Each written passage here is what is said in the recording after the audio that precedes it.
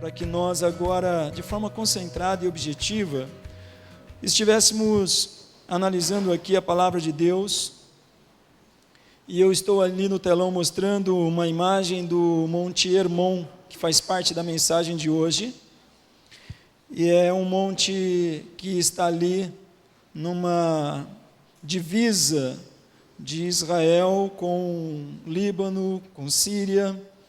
É uma fonte de água, porque o degelo dele é que abastece o rio Jordão.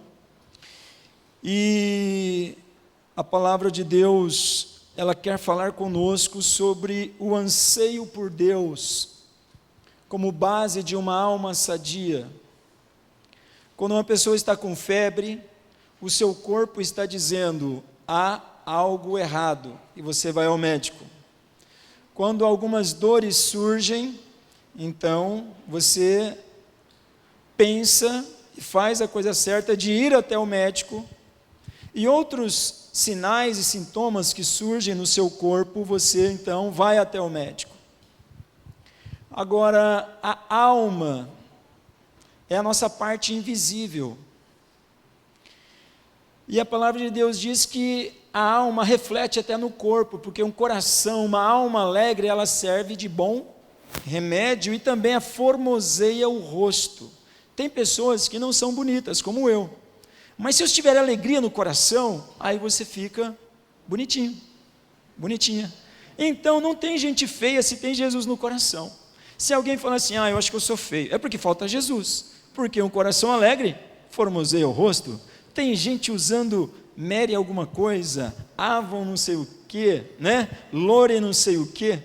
Você pode usar esses mecanismos, você pode fazer o tratamento estético que for, mas a melhor forma de estar bonito é tendo Jesus na sua alma, no seu coração. Amém? Eu quero então dizer isto para você, que o anseio de Deus é o que equilibra, é o que dá sustentação para a nossa alma. Amém, irmãos? E eu louvo a Deus porque eu sei que há irmãos e irmãs lendo a palavra de Deus todos os dias, e se Deus quiser, no final do ano, muitos terão lido a Bíblia toda, muitos estão lendo o Novo Testamento, Salmos e Provérbios, e é isso aí, e nós vamos seguir assim, porque isso é bom. Nós queremos uma igreja bíblica, e se toda a igreja estiver amando a Bíblia, então esta igreja, nós sabemos, será abençoada. Amém? E Deus é um Deus pessoal, irmãos. Deus não é como outros deuses que o ser humano apresenta por aí. Nosso Deus é pessoal. Ele tem relacionamento a oferecer e quer relacionamento a receber também. E nós precisamos ter esta relação diária com a palavra de Deus, que é a demonstração da nossa vida pessoal e espiritual com Deus. Lendo o livro de Salmos, e eu falei de um texto de Salmos semana passada, e junto com o texto do Novo Testamento, eu gostaria de hoje também, talvez, encerrando, porque eu também já estou terminando o livro de Salmos, eu gostaria de falar sobre o que Salmos representa. Eu já falei aqui que Salmos é uma clínica na Bíblia, é o espaço clínico de Deus, o livro de Salmos. Deus permite que o homem fale. É em Salmos que o homem fala. Nos profetas, Deus é quem fala. Nos livros históricos, é a história que é narrada. Mas em Salmos o homem fala. Deus dá margem ao homem para que ele fale. E eu louvo a Deus porque essa última canção fala que nos meus piores medos, nas minhas maiores aflições, o Senhor comigo está. E tem a ver com o que nós vamos ler hoje. E no livro de Salmos, Deus dá uma margem para o homem falar, com respeito, com temor a Deus, como um filho, uma mãe fala, um filho, uma filha fala com seu pai, com a sua mãe. Deus permite uma margem de respeito e permite que o homem fale. E aí o homem expressa a sua alma, expressa seu coração, o homem chora, o homem sorri, o homem lamenta, o homem canta, e nós temos o livro de Salmos. E quando você olha assim, você pensa que o livro dos Salmos foi escrito do primeiro capítulo ao último. Não, irmãos, foram fases, e Esdras, então, ele acaba compilando e formando, compactando o que são para nós os 150 salmos que nós temos, tá bom? Lembrando que a numeração dos textos bíblicos vem agora alguns séculos atrás. Originalmente eram textos específicos e depois foram ser numerados para a nossa melhor memorização, tá bom? E olhando para isso, esse espaço clínico de Deus, eu gostaria de ressaltar só umas meia dúzia de anotações que eu fiz, sobre quando o salmista, ele questiona, ele pergunta, ele fica expressando até dúvidas. Eu gostaria que colocasse lá no slide alguns porquê de pergunta que o homem faz em Salmos. E talvez você agora, em nome de Jesus, preste atenção se você já não fez isso. Porque Deus quer trabalhar isso hoje nas nossas vidas. Amém? Amém, irmãos? O Salmo 22, o homem pergunta: por que o Senhor me abandonou? Alguém aqui já sentiu isso? Alguém aqui já perguntou: Deus, por que o Senhor me abandonou? O salmista perguntou lá no 22:1. E na verdade o 22 é um salmo profético. É um salmo que fala do que Jesus ia falar na cruz depois, mostrando o lado humano de Cristo Jesus, nosso Senhor e Salvador, mesmo sendo divino, mesmo sendo humano. O 74:1 vai dizer: por que o Senhor me rejeitou?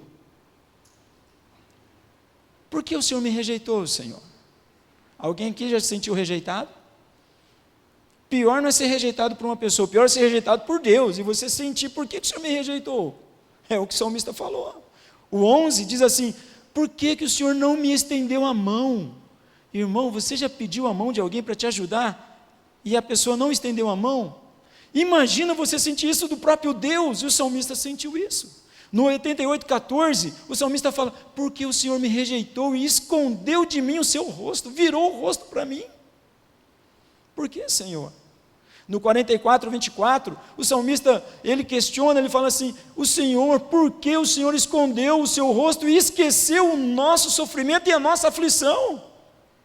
Já aconteceu isso com alguém aqui? Com o salmista aconteceu, e Deus deu margem para eles expressarem isso. E o 88:14 diz assim: por que o Senhor rejeitou e escondeu o seu rosto de mim? Novamente ele vai falar dessa rejeição. Ele fala no plural, ele fala no singular. O salmista pergunta: por que, Senhor? E Deus permite o homem perguntar. Agora nós temos também algumas anotações, talvez umas meia dúzia apenas, do porquê em resposta. Agora o homem, ele já com convicção, olha como que o homem é. Será que você é assim também? Uma hora duvida e uma hora crê. Uma hora crê, uma hora duvida. Será que nós somos assim? Será que isso passa pelo nosso ambiente? E aí o salmista agora, ele está firme nas promessas. E ele fala: porque o Senhor me ouve? O Senhor me ouviu. Ele afirma: porque o Senhor me levantou. Ele afirma: porque nada me falta no Senhor. Ele afirma, já falei do 28:6, 31, 34:9 e o 47:2 diz: porque meu Deus é tremendo. E às vezes nós falamos: Senhor, o Senhor ficou fraco? Agora não, agora está falando: porque o Senhor é tremendo. No 52:9 ele fala: porque o Senhor é bom. Mas às vezes passa no coração: será que o Senhor é bom? Mas agora está falando: não, o Senhor é bom. No 54 e no 72 ele fala: porque o Senhor me livra, o Senhor é o meu livramento. No 59:17 ele fala: porque o Senhor é a minha fortaleza. No 69:33 ele vai dizer: o Senhor, porque o Senhor, Ele ouve os necessitados. Agora, há pouco nós acabamos de ler que ele falou assim: o Senhor não está ouvindo os necessitados? E agora o salmista está dizendo: o Senhor ouve os necessitados. Agora, há pouco nós falamos: o Senhor não nos livra. Agora nós estamos ouvindo que o salmista afirma: o Senhor é quem nos salva. O Senhor é quem salva. E depois ele fala assim: o Senhor é o nosso escudo. Rapaziada adolescente, Deus é mais que o Capitão América, Ele tem um escudo, Ele é o nosso escudo. E vem os raios de Satanás, vem outro, Ele é o nosso escudo. Como que é o material lá daquele escudo lá? É o... O pastor Paulo conhece bastante, né? De desenho animado, de filme, né? O titânio. Nosso Deus é mais do que titânio, é um escudo forte. É tanta coisa que inventa, eu não sei. O material que seja, Deus é um escudo mais poderoso. Criançada, quer aventura, nada melhor do que a Bíblia. Quer histórias fascinantes, nada melhor do que a Bíblia. E agora o salmista falava: eu estou desprotegido, porque o Senhor está deixando eu desprotegido? Agora o salmista está falando: o Senhor é aquele que é o meu escudo e me protege. Por acaso, irmãos, nós somos assim? Por acaso tem alguém assim como eu, como esse salmista aqui nessa noite também? Que uma hora Deus é herói, uma hora Deus é bom? A nossa alma, ela passa por isso. E Deus permitiu os salmos, numa margem de respeito, de nos ouvir. E eu acho, irmãos, que o salmo, ele serve daquelas partes que equilibram o barco. E nós somos como um barco. E por que o barco não afunda? Porque ele tem equilíbrio. Se eles põem um container de um lado, eles também têm que pôr do outro lado. Se eles pôr todos os containers de um lado só, o navio vai afundar. E como que nós mantemos? Há outras partes no casco, tanto de água que vai, que vem, esqueci o nome agora, e também não estamos aqui em aula náutica, mas o barco, ele tem que estar equilibrado para ele seguir. Há muito tempo, uma plataforma de petróleo, ela perdeu a sustentação, ela desequilibrou. Era muito cara, é muito cara. A P alguma coisa, lá atrás. E foi um choque, porque ia ser um prejuízo imenso se aquilo afundasse. Quando a nossa alma não tem anseio por Deus, nós somos como um barco que está penso e vai afundar. Mas nesta noite, se você é um barco que está penso, Deus te trouxe aqui para dizer para você que Ele tem a saída para que você não afunde. E é nisso que nós queremos nos basear. Amém? E eu quero ler o quê? O Salmo 42. O Salmo 42 é dos coraitas, né? O Spurgeon fala que é de Davi. Ele fala, não, está tudo investigado, é Davi. Como fica a dúvida, então não podemos afirmar com certeza. Eu acho que os salmistas aqui, que compuseram esse salmo, que o 42, pelo que a tradição entende, pelo que tudo parece, ele vai até o 43, são 3 estrofes, e um coro que se repete no 42 2 vezes, no 43 uma vez, e nós vamos repeti-los aqui, é como se fosse um hino, com 3 estrofes, e o coro que se repete 3 vezes. E o interessante é que o salmista aqui, ele usa um animal, que eu quero falar com você também. Mas nós não vamos cantar a musiquinha do animalzinho da corça não, tá bom? Já cantamos muito nas igrejas, né? Já cessou, já cansou. Quando tiver saudade, a gente canta, tá bom? Mas nós vamos falar disso daí. E eu estive investigando hoje sobre esse animal, vendo uma enciclopédia interessante, uma boa editora, e aquele editor falou que ela morreu, que ela acabou. Ela entrou em extinção. Não existe mais na região de Israel essa corça. Ela não existe mais. Ela foi vista a última vez, um exemplar desse, no começo do século passado, mas hoje não existe mais em Israel. Porém, nós podemos olhar pelos escritos, e agora nós queremos focar no texto de Salmo 42, para que nós observemos e venhamos tomar para as nossas vidas algumas coisas importantes. Como diz o texto assim, vamos juntos. Como a corça anseia por águas correntes, a minha alma anseia por ti, ó Deus. A minha alma tem sede de Deus, do Deus vivo. Quando poderei entrar para apresentar-me a Deus? Minhas lágrimas têm sido o meu alimento de dia e de noite, pois me perguntam o tempo todo, onde está o seu Deus? Quando me lembro destas coisas, choro angustiado, pois eu havia ido com a multidão à casa de Deus com cantos de alegria. E por que você está assim tão triste, ó minha alma? Por que está assim tão perturbada dentro de mim? Ponha a sua esperança em Deus, pois ainda o louvarei. Ele é o meu Salvador e o meu Deus. A minha alma está profundamente triste, por isso de ti me lembro desde a terra do Jordão, das alturas do Hermon, do Monte Hermon, desde o Monte Mizar. Um abismo chama abismo ao rugir das suas cachoeiras. Conceda-me, o Senhor, o seu fiel amor de noite esteja comigo a sua canção. É a minha oração ao Deus que me dá vida. Direi a Deus, rocha minha, por que te esqueceste de mim? Por que está assim tão triste, ó minha alma? Por que está assim tão perturbada dentro de mim? Ponha a sua esperança em Deus, pois ainda o louvarei. Ele é o meu Salvador e o meu Deus. Amém? Viu que nós falamos dos salmos que fala de lamentação e depois de afirmação? Você viu esse salmo? É isso.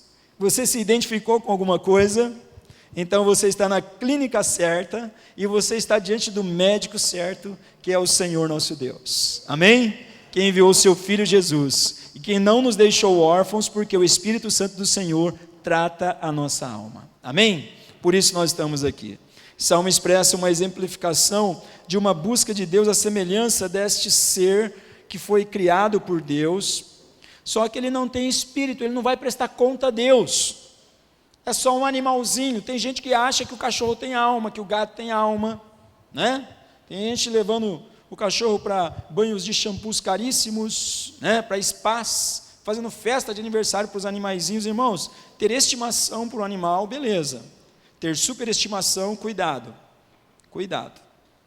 tá bom? Ninguém deve agredir animais, a não ser que ele venha avançar em você, você tem que detê-lo, mas a superestimação é perigosa, né? A superestimação é perigosa, e esse animal, ele tem um faro muito poderoso, muito aguçado, e então, ele fica em regiões ali de Israel, o salmista falando, e as regiões de Israel são secas, em sua predominância. E o salmista, ele usa como se ele estivesse indo para o monte, como se ele estivesse indo para lugares que pudesse ter a gramínea e a água, e aí gera um cheiro. A água não tem cheiro, mas você já sentiu o cheiro de chuva? Alguém já sentiu o cheiro de chuva?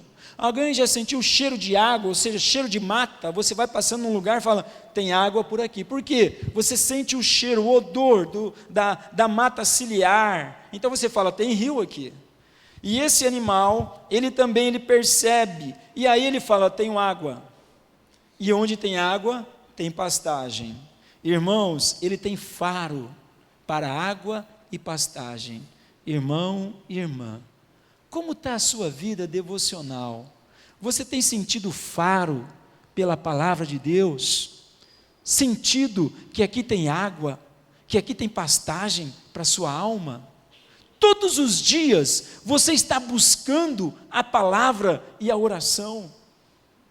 Então, irmão e irmã, a corça está ganhando de você. O problema é que a corça, ela pode morrer, e ponto final, como boi, como cachorro, como gato. O problema é que nós não. Nós somos uma composição de corpo físico, visual, mas somos uma composição espiritual, invisível. E nós passamos por este corpo por um tempo, mas a nossa alma, o nosso espírito, a nossa parte espiritual, se nós morrermos hoje, ela apresenta-se a Deus imediatamente. E aí ela tem que ter o sangue do Cordeiro, a comunhão do Cordeiro, a graça do Cordeiro. E não há como nós termos isso, senão pela grama e pela água que vem do céu, que é a palavra de Deus. E esse animal, esse ser, ele então sai na direção certa, de buscar a água, por um forte anseio, isto o move. E ele vai sempre para o alto. Se ali embaixo o rio secou, ele sabe que essa seca vai matá-lo. Então ele procura o monte. A palavra de Deus diz que o salmista aqui, ele diz que ele fala que a sua alma estava profundamente triste. Por isso ele se lembrava desde a terra do Jordão, ele começava a se lembrar das águas do rio, das alturas do Hermon. E aí ele começa a vir nele a fonte de manutenção de vida e alimento. Porque o Hermon, ali tem orvalho, e ali então a água, ela passa a existir, e é trazida depois, no degelo dos seus topos, até de neve, é descido e é formado ali riachos, rio, até chegar no rio Jordão. Às vezes nós estamos na seca, e estamos nos acostumando com a seca, estamos no deserto, e estamos nos acostumando com o deserto. Não acostume-se com o deserto mata, mas ao cheiro das águas, ao cheiro da mistura, da pastagem, da água, nós temos vida e vida em abundância. um estudioso da palavra de Deus, ele escreveu dizendo que quando tudo estava seco, sem grama e sem água, a corça ela captava a existência de água a muita distância, e geralmente nos lugares altos, no topo dos montes, onde o orvalho era mais forte, no caso do Hermon, com as suas patas, ela ia escalando para chegar lá. Irmãos, às vezes nós temos que escalar, temos que sair do lugar. O que é escalar, sair do lugar? É você vencer a preguiça, pegar a palavra de Deus e falar, eu vou ler em nome de Jesus. Ah, mas eu não estou sentindo. Quem vive por sentimentos são artistas de televisão, que imitam sentimentos. Nós não, nós vamos com ou sem sentimentos, nós vamos buscar a fonte. A corça consegue com os seus pés finos, magrelos, ridículos, não são aqueles pés de atleta, aquelas coxas de atleta, mas são suficientes para ela chegar até onde ela tem que chegar. E isso nos ensina, quando tudo estiver seco na sua vida, quando tudo estiver desértico, em nome de Jesus, busque o Senhor. Não seja como os salmistas que estavam naquela primeira parte que nós escolhemos, seja como o salmista na segunda parte que nós falamos, onde ele pode afirmar que o Senhor, o seu Deus, é tudo aquilo que nós falamos. E eu quero destacar aqui alguns aprendizados para nós aplicarmos em nossas vidas, em nome de Jesus. E o primeiro é, não conforme-se com a seca, conforme eu falei, mas tenha o anseio de buscar o Altíssimo e saciar no Altíssimo. Meu irmão, minha irmã, se você não criar em você o anseio por Deus, ele não existirá na sua vida. Existem coisas que são exercícios, e você tem que exercitar o anseio de Deus. Não fica esperando, quando eu tiver vontade. Engraçado que para algumas coisas ruins nós não precisamos esperar ter vontade, a vontade já vem imediatamente. Para as coisas de Deus, muitas coisas são exercício. Para você ficar inteligente, não adianta você falar assim, eu vou esperar, quando eu sentir vontade eu vou ficar inteligente. Eu vou ler. Quando eu sentir vontade eu vou na escola. Você nunca vai terminar a escola. Se você quiser ficar inteligente, você fala assim, eu vou ler esse livro, vai ser hoje. Eu vou na escola, eu não quero, mas eu vou para a escola. Eu não gosto desse professor, mas ele é importante porque é com ele que eu vou ter que aprender. Por quê? Porque a escola está nem aí se você gosta ou não gosta, ela só está oferecendo, é você que tem que pegar a oportunidade. O anseio de Deus é criado em nós com uma atitude, irmãos, de falar, eu quero, eu vou. E muita gente fica na sonolência do deserto, na insolação, sentindo aquele calor, aquele sol, suando, inútil e morrendo. Não faça isso. Eu quero dar um exemplo, que eu estava pensando nesse texto, e aí eu lembrei de Marcos 10, quando nós vemos Bartimeu. O Bartimeu teve anseio, ele tinha um anseio. Bartimeu era o homem do lixo, era o mendigo, era o cego, tinha uma capa fedorenta. Se ele comia os restos do lixo, ele era fedido. Então todo mundo falava, ô mendigo, fica para lá. Ô mendigo, vai para lá. Ô, sai da frente, mendigo, você não olha não? É lógico que não olha, ele é cego. Todos rejeitavam Bartimeu, mas Bartimeu tinha uma coisa que parece que muita gente não tinha, ele tinha um anseio. Ele tinha um anseio. E o interessante é que quando Jesus passa, ele fala, o que está acontecendo? Que o cego, ele perde a visão, mas ganha muito as outras sensações melhoradas. Então ele ouve e fala, opa, eu estou ouvindo no quarteirão lá embaixo, estou ouvindo um tropé, o que está acontecendo? E os que olhavam falavam, não sei, olha, eu estou ouvindo. E de repente vinha aquela multidão, é o Jesus Nazareno está vindo. E aí então o Bartimeu fala, quem? O Jesus de Nazaré. O anseio estava nele. Ele podia falar, eu vou ficar aqui no meu lixo, na minha capa fedorenta, eu vou ficar aqui no meu mundo. Mas o anseio fez ele saltar e gritar, Jesus, filho de Davi, eu anseio por ti, tem misericórdia de mim. Ele exercitou o anseio. E quando nós, irmãos, não temos anseio por Deus, nós perdemos chances e oportunidades. O irmão aqui acabou de falar que nós temos que estar prontos para as oportunidades. Quando nós perdemos anseio, perdemos tanta coisa. Às vezes fazemos algumas atividades na igreja e nós avisamos uma ou duas vezes só, e aí depois bomba, maravilhoso. Aí chega a pessoa e fala: ô pastor, aconteceu isso? Aconteceu, irmã. Mas eu não fiquei sabendo. Eu falei: o problema é teu. Se você que perdeu, você é uma perdedora, uma derrotada. Foi avisado. Você não quis a oportunidade, perdeu. Ou nós exercitamos o anseio, ou nós vamos morrer no deserto. Bartimeu podia ficar quieto, ele ia continuar fedorento, ia continuar com a capa, ia continuar cego, mas ele tinha um anseio por Jesus. Quando Jesus passa, ele fala: eu tenho anseio, Jesus de Nazaré, Jesus, filho de Davi, me ouça. E o importante é que Jesus parou. Você parou Deus. O que significa Jesus parar? Quando nós temos anseio, Deus para você. Porque Jesus era o Filho de Deus e ele parou tudo. E o pior, pensaram assim: acho que ele vai chamar o prefeito. Não, acho que ele vai chamar o juiz, o promotor, o doutor, o fulano, a fulana.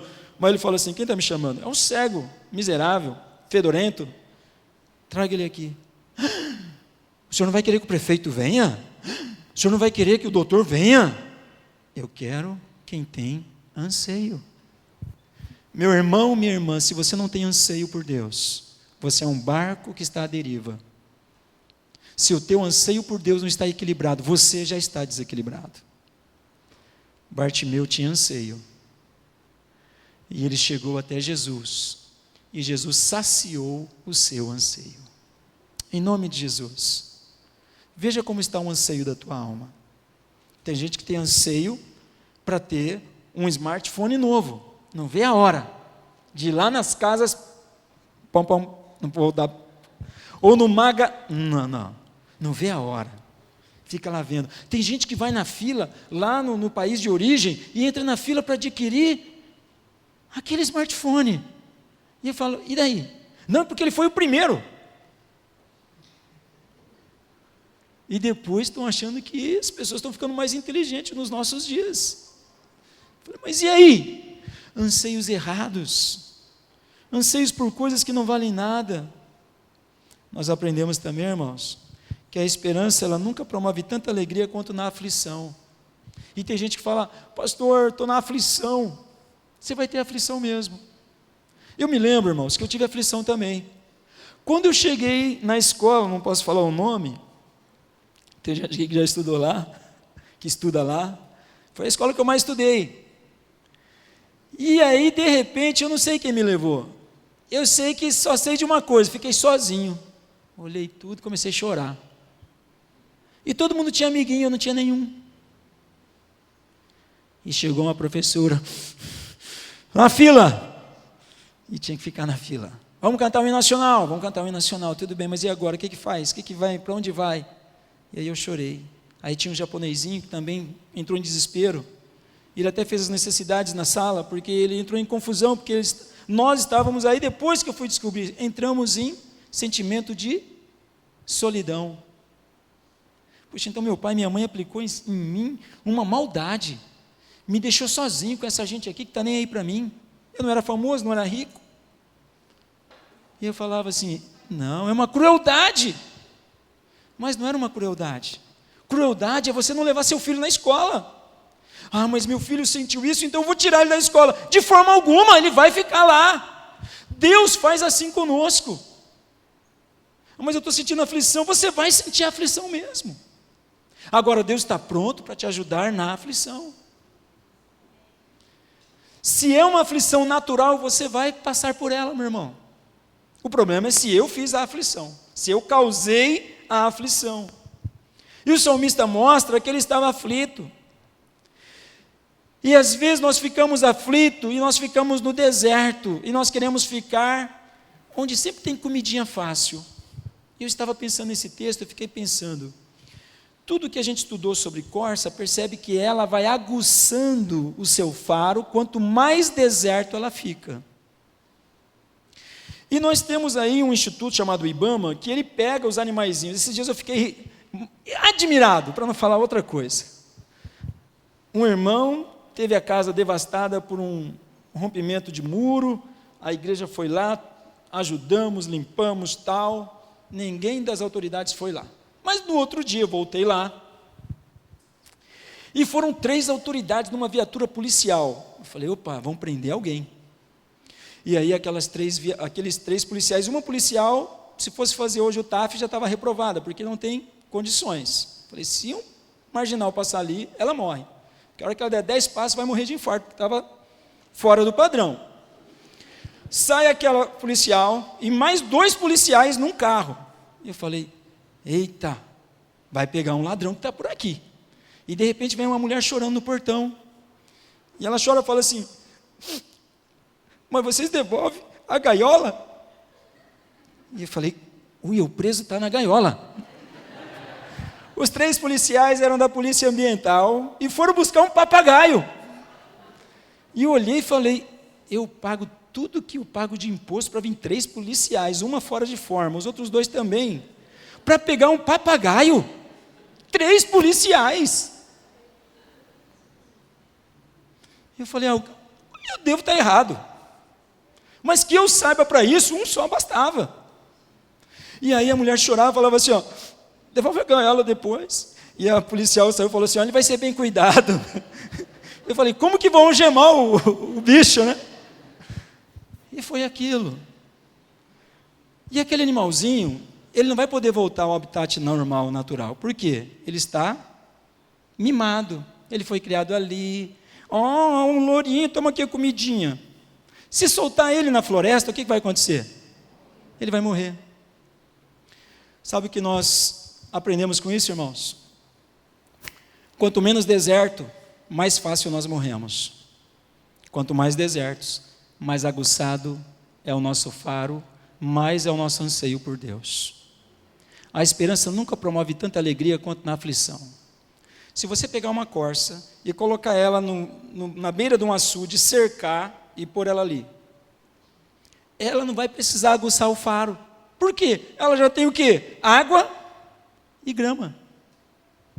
Mas de repente vem um tsunami lá de Minas Gerais e leva tudo. Inclusive leva até os donos, mata tudo, só sobra a corça. E aí vai chegar 3 policiais numa viatura para pegar a corça. E aí vai levar a corça. Vai falar, olha, nós vamos soltar a corça lá na pastagem tal. Porque lá ficam as corças. O problema é que as corças que estão lá, elas têm o faro aguçado. E a que está chegando, não tem. Pergunta, qual vai sobreviver, qual vai morrer? A que estava no cativeiro, próximo àquilo que ela já não buscava mais. Preste atenção. Deus quer livrar você do cativeiro, da falta de anseio, da mesmice para tudo, e de não valorizar a presença de Deus. Quando você reclamar de um deserto, preste atenção. Deus está aguçando o teu faro e aumentando o teu anseio. Em nome de Jesus. Deus não vai te abandonar no deserto, mas você vai passar pelo deserto.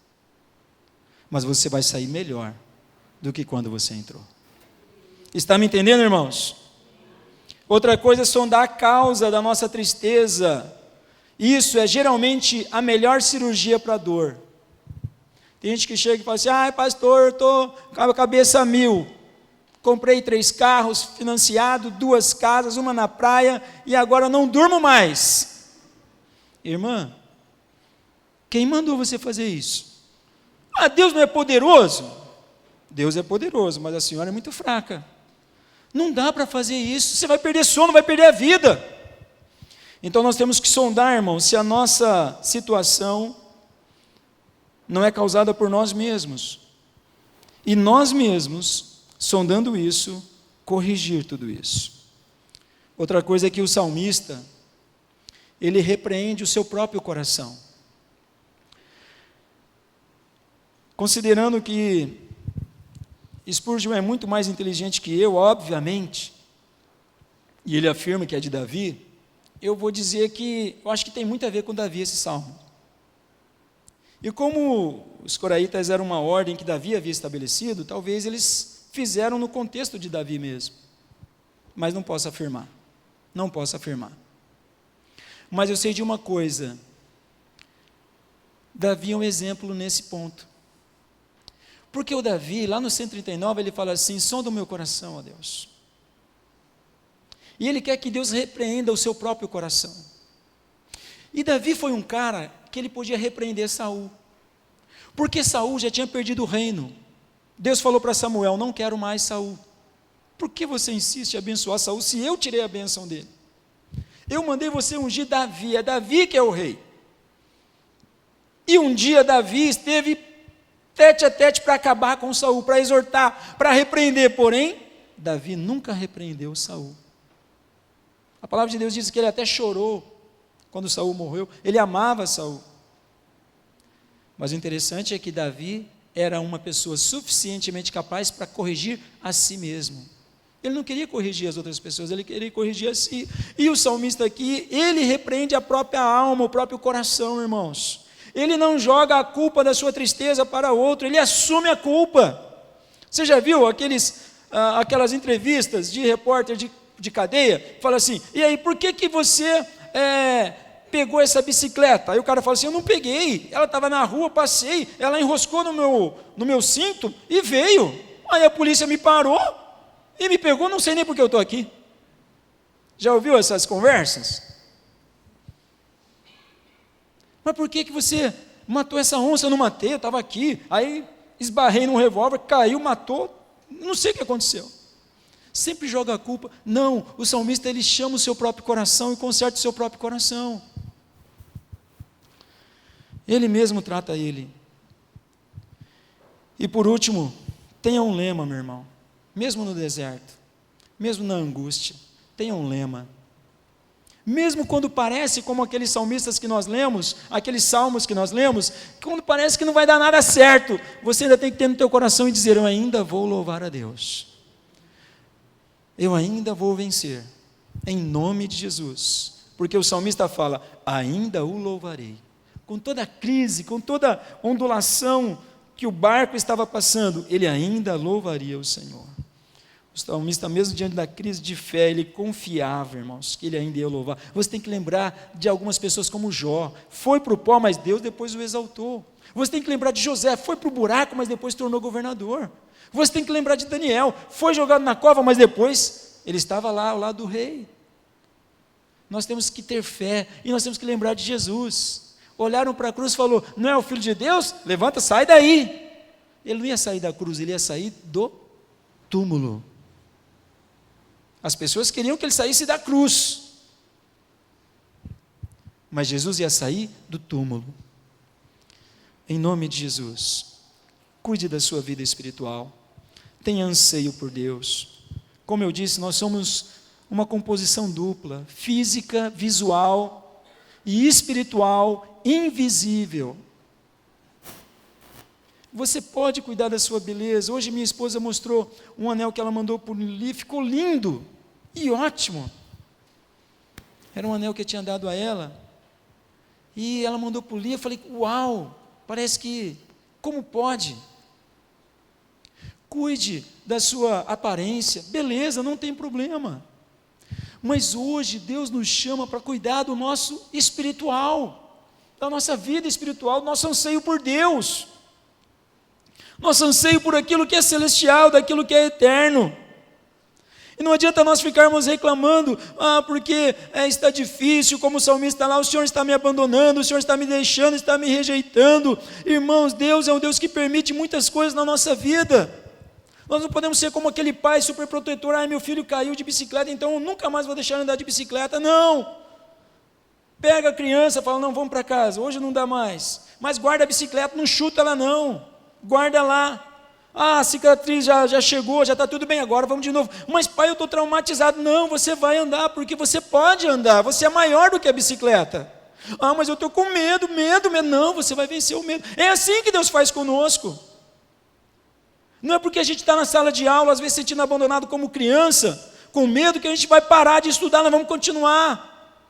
Não é porque eu não estou com anseio hoje que eu não terei amanhã. Eu tenho que ter um anseio por Deus, eu tenho que buscar Deus como eu busco as outras coisas. Eu tenho que farejar a palavra de Deus. Eu tenho que buscar a palavra de Deus como a corça busca as águas. E isso não é por sentimento. Hoje eu senti que eu vou buscar a Deus. Não. É um exercício. É um exercício. Alguém aqui trabalha por sentimento? Olha, eu chego lá na construção todo dia e pego 50 sacos de cimento porque eu gosto. Não, o cara vai exercitar e fala assim, eu tenho que pagar minha conta, eu vou pegar isso. O médico chega lá e fala assim, hoje eu vou atender 100 pessoas, metade com historinha fraca e metade doente. Até quando vai vir uns aqui que eu não sei, mas vai ter que ir. A professora chega e fala assim, eu vou dar aula hoje que eu quero pegar os 30 alunos chatos que eu tenho. Eu tenho prazer, né? Mas tem que ir. O anseio é mais que sentimento, é exercício. Eu anseio por Deus. Eu vou à igreja. Eu lerei a Bíblia. Eu não estou bem comigo mesmo, mas eu vou ler a Bíblia. Eu não estou bem com a minha fé, mas eu vou ler a Bíblia. Porque eu ainda louvarei. Porque as minhas emoções, ela me prende ao deserto, mas o meu anseio de Deus me tira do deserto e me leva para os montes. E o nosso Deus é Deus que está no alto, é o Altíssimo. Saia do deserto, deixe o deserto.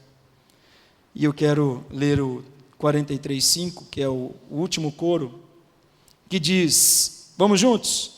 Por que você está assim tão triste, ó minha alma? Por que está assim tão perturbada dentro de mim? Ponha a sua esperança em Deus, pois ainda o louvarei. Ele é o meu Salvador e o meu Deus. Enquanto o louvor vem aqui, vamos falar de verdade esse texto, irmãos. Tem gente aqui que Deus está falando com você. Grite esse salmo, grite esse versículo agora em nome de Jesus. Fale com a tua boca, fique de pé. Vamos falar o mais alto possível, o mais alto possível. Amém? Eu sei que o som aqui está alto, ficou alto mesmo, mas eu queria mais baixo, mas está alto, mas eu não vou discutir isso daí, mas presta atenção, vamos gritar, vamos falar bem alto, vamos lá? Porque você está assim tão triste, ó minha alma? Porque está assim tão perturbada dentro de mim? Põe a sua esperança em Deus, pois ainda o louvarei. Ele é o meu Salvador e o meu Deus. Amém? Ele é majestoso, Ele é poderoso.